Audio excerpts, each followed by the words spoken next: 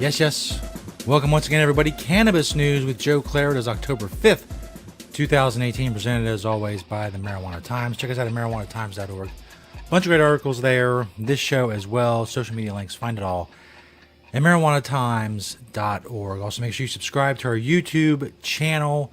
Hit the little notification bell to make sure you know when a new issue or a new episode, rather, of Cannabis News has been posted. Search the Marijuana Times on YouTube. Today we're talking about legal cannabis sales and when they're finally coming to Massachusetts and what trouble it is causing for the government, which it should cause trouble for the government because, the state government there is delayed an incredibly long time, but it's also a long delay for consumers and businesses alike. Also, the president of the Philippines made a rare admission, very rare admission. And also, the battle in Utah over medical marijuana still rages. We'll talk about all of that coming up. But first, of course, Cannabis News is brought to you by Natureside. Nature-side.com. Check out their organic, all-natural pesticides. They are a proud sponsor of Cannabis News. If you're a cannabis cultivator in a state where it is legal, you want to be regulatory compliant, you want to grow safe and poison-free, you don't want to use harmful chemicals on what you are growing. Take care of all of these issues with Natureside. Nature-side.com, a proud sponsor of Cannabis News. Go check them out. They are awesome. Speaking of awesome, there we go. Julia Granowitz wrote an article over at marijuanatimes.org about Massachusetts. Legal cannabis sales coming to Massachusetts, but delays are costing the state. And to be more specific, it's costing Massachusetts tax revenue that their 2019 budget was based on. Officials wrote in a recent financial disclosure, quote, due to delays in licensing, actual collections of marijuana tax revenues may be lower than originally projected, which of course it would be because if there are no sales, then there are no taxes to be collected, and as of yet, there are no cannabis sales, recreational cannabis sales in Massachusetts. Of course, as you know, in January of 2018 was when the sales were supposed to start, according to the original ballot measure that was pushed back to July of this year. July 1st of this year was the target date. Of course, it's October 5th, so that target date has came and went. And the delays are frustrating for people. Will Luzier, who managed the 2016 ballot campaign in Massachusetts, said, quote, the Cannabis Control Commission needs to pick up the pace. We're not here for cannabis operators. We're here for the consumers and voters of the Commonwealth that don't understand why this is taking so long. And it's a common thing to think and a common thing to wonder because it shouldn't take so long. But, you know the way governments are, whether it's the federal, local, state, it doesn't matter. Bureaucracy gets involved. There's a lot of overthinking. We have to put a restriction and a regulation on every single possibility.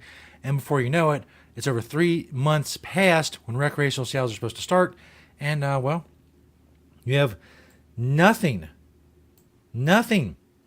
Officials of the Department of Revenue, near the end of 2017, had estimated fiscal 2019 marijuana taxes bringing in between $44 and $82 million.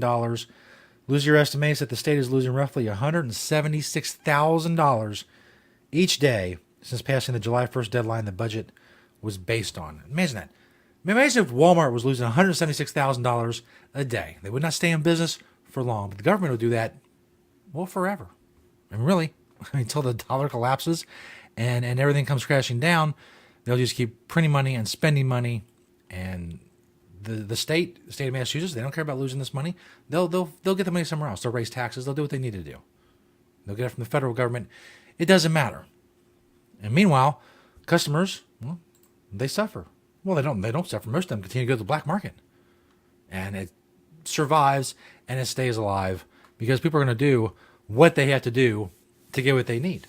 I think marijuana prohibition has proven that. People buy marijuana illegally. They will continue to do so if there's no legal alternative. This next story from NewYorkTimes.com. Duterte. I've never gotten that right. Philippines President Duterte. He said, my only sin is the extrajudicial killings. Wow. Like when you put only in a sentence, it's really meant to dampen down what is really a pretty incredible thing. President Rodrigo Duterte of the Philippines said for the first time that extrajudicial killings had happened under his government's brutal war on drugs, an admission that could bolster 2 cases filed against him at the International Criminal Court. In a rambling speech before government executives at the presidential palace, Mr. Duterte again touched on the government's drug war that had left thousands dead, a common theme of his 2-year-old presidency. He said he had challenged the country's military and police brass to remove him from office if they were not satisfied with the way he was running the country. Quote, I told the military, what is my fault? Did I steal even 1 peso? Mr. Duterte said. You don't even care about not getting his name right. He's a butcher. He's a murdering butcher. He said, quote, my only sin is the extrajudicial killings. Meaning the killings, without due process, however you want to put it. The Philippines National Police estimated they have killed about 4,500 users and dealers in drug enforcement operations in the past 2 years, and insisted all of the killings were legitimate uses of force. Well, of course they would. What are the odds that they killed 4,500 drug users? First of all, why does a drug user get killed? Who are they harming? Whose rights are they infringing upon? But they're all users and dealers, and they're all legitimate uses of force. Because, they bust in, and this guy's doing coke. He's like, I'll kill you. Get away from my coke. So they shot him. So it's legitimate. Rights groups, including the New York-based Human Rights Watch, estimate that more than 12,000 people have died in the drug war, many of them victims of summary execution by the police. There's also been encouragement of vigilante groups going after drug users, because apparently obviously, taking it to its logical conclusion, if you kill everyone, then there will be no more drug users. So in that way, it would eventually be a successful program, but then of course everyone would be dead. There's trade-offs. There's trade-offs in life. This last story from desertnews.com out of Utah. 2 sides in talks over medical marijuana proposition, but conflicts remain. Of course, Utah voters are going to vote on medical marijuana on November 6th. And in anticipation of that happening, the Utah Patients Coalition is in talks with state legislators and others over potential modifications to the medical marijuana proposition that might be considered if the initiative passes. The aspects of the measure that are being talked about include, quote, some of the triggers we had in the proposition to make sure the medical cannabis program was implemented. This was according to DJ Shands, director of the Utah Patients Coalition. Boy, I'm just butchering names left and right today, ladies and gentlemen, more so than usual. There's always some name butchering during the show, but I'm in top form today. According to Shands, those triggers include provisions which allow a person 100 miles or more away from a dispensary to grow their own marijuana plants. Wow. Really? That seems like a lot. 100 miles. If you drive 60 miles an hour, it'll take you 100 minutes to get there. That's nuts. Wow. It'll take you an hour and 40 minutes to drive to a dispensary. I mean, there's been like places like Arizona and Nevada, there's been like 25-mile halos where you can grow outside of, but 100 miles, in Utah, there's a lot of open space, I understand. But still. Also, the legal affirmative defense for a person found with marijuana before July 1st, 2020, who can show they would have been eligible for a medical cannabis card despite not having one. So there's a lot of battling going on in Utah. The lawmakers are worried that the implementation will happen too fast after it passes, because we don't want that. We don't want sick people in Utah to get their medicine too fast. Slow down, everybody. You're still going to be sick in a little while, hopefully, if you don't die, so you can wait for your medicine.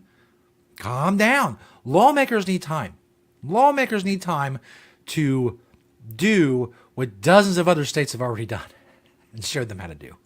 They got to start from scratch, wipe the slate clean, wipe the whiteboard down, start from scratch and build it up, and it may take a few years. Just got to hold your horses on a whole medicine thing. Just calm down with your, I'm sick, I need medicine now. You'll be fine. Or maybe you won't. The government doesn't care. They just don't care. So hopefully there's delays are not built in to the medical marijuana measure in Utah. Should it pass, Shannon's cautioned that there's nothing that's been agreed upon in the talks. He said there was no specific timeline for bringing them to a close.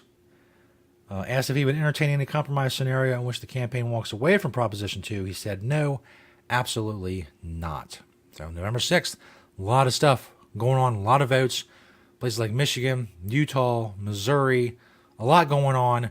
Continue to cover it all here on Cannabis News, leading up to and beyond the ballot measures and the midterm elections, and all that. We'll also cover it at marijuanatimes.org. Thank you to Nature's Side, nature-side.com, a proud sponsor of the show. Another week in the books. Go enjoy your weekend. We'll see you next week right here on Cannabis News.